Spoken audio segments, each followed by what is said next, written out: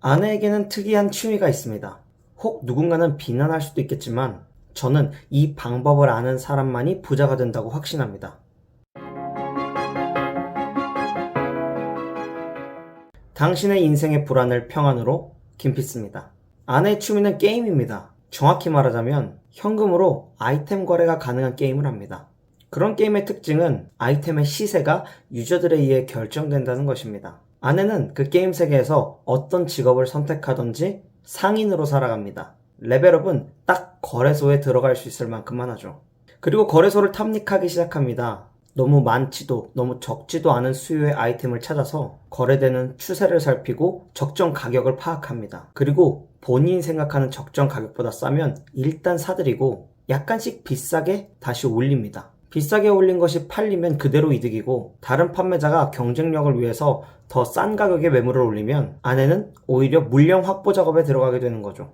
그렇게 시간이 지나다 보면 한 서버의 아이템의 시세는 모조리 아내의 손에 있습니다. 그리고 유저들이 의문을 가질 때쯤 조금씩 고가에 처분하기 시작하는 거죠. 소소해 보이지만 적게는 월 20만원, 많게는 50만원까지도 버는 쏠쏠한 재테크입니다. 이것이 아내가 게임에서 얻어낼 수 있는 가장 큰 기쁨이었습니다. 끝이 아닙니다. 아내는 실전에서도 이 방법을 사용했는데요. 아내만의 꿀팁인데 제가 몰래 알려드릴게요. 우선 중고거래 사이트에 가서 삼국지라고 검색합니다. 삼국지는 옛날부터 지금까지 어머니들이 아이 교육용으로 항상 거래를 해왔기 때문에 수요가 충분합니다. 검색했으면 이제 웬만하면 다 사드리죠. 동네에서 이렇게 다 사드립니다. 그냥 뭐 만화 삼국지 아무거나가 아니라 뭐 이문열의 삼국지라든지 좀 유명한 분들이 쓴 삼국지 책을 모읍니다. 그리고 더 이상 매물이 안 보인다고 생각할 때쯤 약간의 이익을 더 붙여서 다시 판매하게 되는 것이죠. 또 한 가지, 중고거래 사이트에서 원피스를 검색합니다. 입는 옷 아니고요. 만화책 원피스입니다. 지금 저기 보이시는 책들이 그 책입니다. 만화책을 좋아해서 하는 게 아니라 이게 또 돈이 되기 때문인데 사람들이 중고거래 사이트에 올려놓은 매물은 대부분 전권이 아닙니다. 이 100권 이상이 출간된 장편 만화이기 때문에 일반인들의 집에는 10권, 20권 조각조각 있죠. 아내는 디스크 조각 모음하듯 이렇게 또 사들이기 시작합니다. 그런 다음 전권으로 묶어서 판매하는 거죠. 무겁기도 하고 귀찮기도 하지만 이런 작업을 통해서 한 번 거래할 때 한 7만원의 차익을 냈던 것으로 기억합니다. 최근 1년간 아내는 이 기술을 사용해서 크립토 트레이딩의 영역을 파악하고 있습니다. 대단하죠? 제가 오늘 팔불출처럼 아내 자랑을 하기 위해서 영상을 만드는 것이 아닙니다. 희소성의 법칙이라는 것은 이 세상에 가치를 만들어낸 어마어마한 원리입니다. 사람이 이 세상에 몇 개 없는 것, 곧 사라지는 것에 집착하는 것은 본능입니다. 물감이 없던 시절에 왕이나 귀족을 그릴 때 항상 사용했던 색깔 보라색. 그 이유는 보라색의 원료가 구하기 힘든 재료였기 때문이죠. 그와 반대로 서민의 색깔은 옅은 초록색으로 어디서나 쉽게 구할 수 있는 염료로 사용되었습니다. 그리고 다이아몬드라는 광물이 아주 고가의 보석이 된 배후에도 오펜하이머 가문의 독점과 전설적인 슬로건 마케팅이 있었습니다. 그것이 아니었으면 그냥 다이아몬드는 돌멩이 자르는 돌멩이였을 것입니다. 이처럼 우리가 누군가에게 물건이나 아이디어를 판매할 때 동서고금을 막론하고 희소성의 원칙은 필수적으로 적용됩니다. 마감이 임박했습니다. 내일이면 문 닫습니다. 뭐 이런 내용들 말이죠.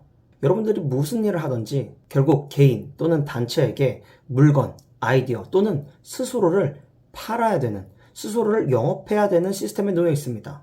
그렇지 않으면 도태되는 세상이 와버렸기 때문이죠. 젊어서 안 하신다면 노인 되셔서 하셔야 될 겁니다. 아무튼 마지막으로 재밌는 사례를 통해서 희소성의 가치를 극단적으로 높이는 방법 알려드리도록 하겠습니다. 이 설득의 심리학이라는 책을 쓴 로버트 치알디니는 자신의 설득 이론이 제대로 적용되는지 확인하기 위해서 위장 취업을 많이 했다는 것으로 유명합니다. 한때 그가 조사를 위해 잠입했던 어느 가전 매장에서 있었던 일입니다. 그곳은 주기적으로 제품을 30%에서 50% 할인하는 매장이었습니다. 그 매장으로 들어온 부부 고객이 한 특정 상품에 꽂혀서 유난히 자세히 보고 진지하게 고민하고 있었습니다. 제품 설명서까지 봐가면서 서로 논의하고 있었지만 판매사원을 부를 만큼의 마음은 없는 듯 했습니다. 그때 그 모습을 관찰하고 있던 판매사원이 다가와서 이렇게 얘기합니다. 이 모델에 관심이 좀 있으신가 봐요. 가격도 싸고 제품도 좋은 제품이라서 그럴만합니다. 그런데 어떡하죠? 아쉽게도 한 20분 전쯤에 다른 고객님께서 사가신 제품입니다.